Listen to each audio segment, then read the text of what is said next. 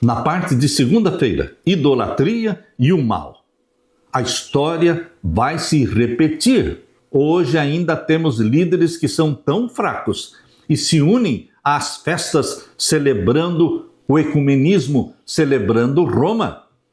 Abra sua Bíblia e vamos ler o capítulo 32 e o verso 6. Aqui diz: e no dia seguinte madrugaram e ofereceram holocaustos e trouxeram ofertas pacíficas, e o povo se assentou a comer e a beber. Depois se levantaram a folgar, a dançar, a festar. Meu querido irmão, o bezerro de ouro se assemelhava ao deus touro egípcio, chamado Apis, ou à deusa vaca, Hathor. Essa foi a transgressão flagrante do primeiro e do segundo mandamento da lei de Deus, ali em Êxodo capítulo 20, versos 3 a 6. Tal violação não poderia ficar impune, pois rompia abertamente o relacionamento dos israelitas com o Senhor vivo.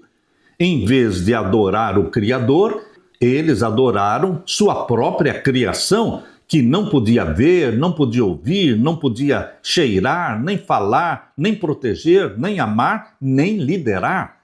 A ordem da criação foi invertida. Em vez de reconhecer que tinham sido criados à imagem e à semelhança de Deus, eles fizeram um Deus nem sequer à sua própria imagem, o que já seria ruim, mas à imagem de um animal, dizendo: estes são os nossos deuses. Se igualaram aos animais, porque ninguém será superior ao Deus que adora. Era esse o Deus que desejavam servir? Com isso, eles pecaram gravemente contra o Senhor.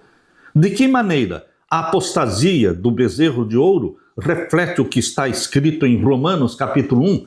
Abra sua Bíblia em Romanos capítulo 1 e vamos ver os versos 22 a 27. Aqui diz: dizendo-se sábios, tornaram-se loucos e mudaram a glória do Deus incorruptível em semelhança da imagem de homem corruptível e de aves e de quadrúpedes e de répteis. Verso 24: pelo que também Deus os entregou às concupiscências dos seus corações, à imundícia, para desonrarem seus corpos entre si. Como a humanidade hoje está desonrando seus corpos entre si? Como? Verso 25. Pois mudaram a verdade de Deus em mentira e honraram e serviram mais a criatura do que o Criador, que é bendito eternamente. Amém. Verso 26. Pelo que Deus os abandonou às paixões infames, porque até as suas mulheres mudaram o uso natural, no contrário à natureza. Deus criou homens e mulheres para terem atração de um para com o outro, atração para com o sexo oposto. Isto foi Deus que criou. Mas existe a atração para com o mesmo sexo. Homem desejando ter relação sexual com homem, mulheres desejando ter relação sexual com outra mulher. Isto é contrário à natureza. Queridos, é isso que Paulo está dizendo aqui em Romanos capítulo 1 e o verso 25. Pois mudaram a verdade de Deus em mentira e honraram e serviram mais a criatura do que o Criador, que é bendito eternamente, pelo que Deus os abandonou às paixões infames, porque até as suas mulheres mudaram o uso natural, no contrário à natureza. E o verso 27 é mais claro ainda. E semelhantemente também os homens, deixando o uso natural da mulher, se inflamaram em sua sensualidade, uns para com os outros, homem com homem, cometendo torpeza e recebendo em si mesmos a recompensa que convinha ao seu erro. Queridos, será que Paulo, quando foi inspirado pelo Espírito Santo para escrever Romanos capítulo 1 e os versos 25, 26 e 27, será que Deus não estava falando pela boca ou pela pena do apóstolo Paulo aquilo que aconteceria no tempo do fim? Hoje nós estamos vivendo, nesses dias em que o sodomismo prevaleceu, o homossexualismo. Meu querido irmão, a idolatria nega o entendimento teológico de que Deus é Deus e ser humano é ser humano. A idolatria apaga a distinção que existe entre Deus e a humanidade, rompendo a conexão com Deus.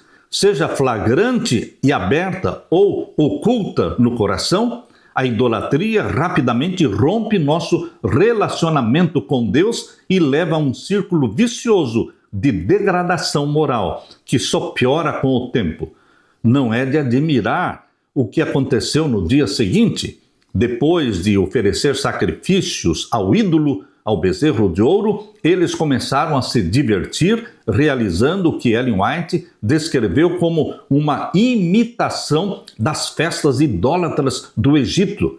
Eu quero ler para vocês o que está no livro Patriarcas e Profetas, na página 325.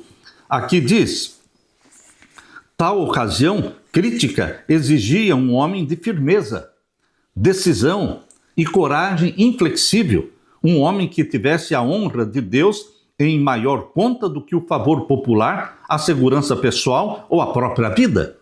Mas o presente chefe de Israel, Arão, não era deste caráter. Arão, com fraqueza, apresentou objeções ao povo, mas sua vacilação e timidez no momento crítico apenas os tornou mais decididos. Alguns houve que permanecessem fiéis ao seu concerto com Deus, mas a maior parte do povo aderiu à apostasia. Arão temia pela própria segurança e, em vez de manter-se nobremente pela honra de Deus, rendeu-se às exigências da multidão. Eu estou lendo Patriarcas e Profetas, página 326. Arão vilmente permitiu que se fizesse este insulto a Jeová, e ele fez mais ainda. Vendo com que satisfação o Deus de ouro era recebido, Arão então construiu ele próprio um altar diante dele e fez esta proclamação: amanhã será festa ao Senhor. Se eu não estivesse lendo isso na Bíblia, eu não acreditaria que isto aconteceu. Arão desceu tão baixo na apostasia, igualando-se ao povo, igualando-se aos egípcios. Quantas vezes em nossos próprios tempos, hoje, é o amor aos prazeres disfarçado por uma forma de piedade.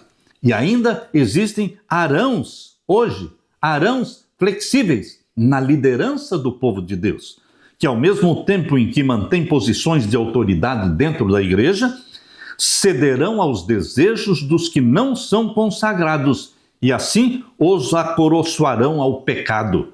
Meu querido irmão, a lição desta semana, isso que nós estamos estudando, é uma advertência para você e para mim, porque a história está se repetindo.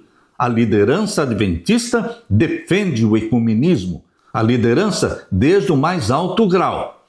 Ela está defendendo o ecumenismo, está defendendo a volta do povo para o Egito. Ecumenismo é voltar para o Egito do pecado, é adorar o bezerro de ouro chamado o papado. O papado é um bezerro de ouro que está sendo adorado hoje. Como você age como membro da igreja? Como você age como líder da igreja? Você é um Arão ou você é um Moisés? Quem representa a sua liderança? Que o Espírito Santo faça de você, meu irmão, minha irmã, um homem fiel, firme nos princípios, inflexível. Nós vamos servir ao Deus Criador dos céus e da terra. Mesmo que custe a nossa vida, vamos permanecer fiéis, inabaláveis. Fiéis a Deus, como a bússola é fiel ao polo. Aleluia!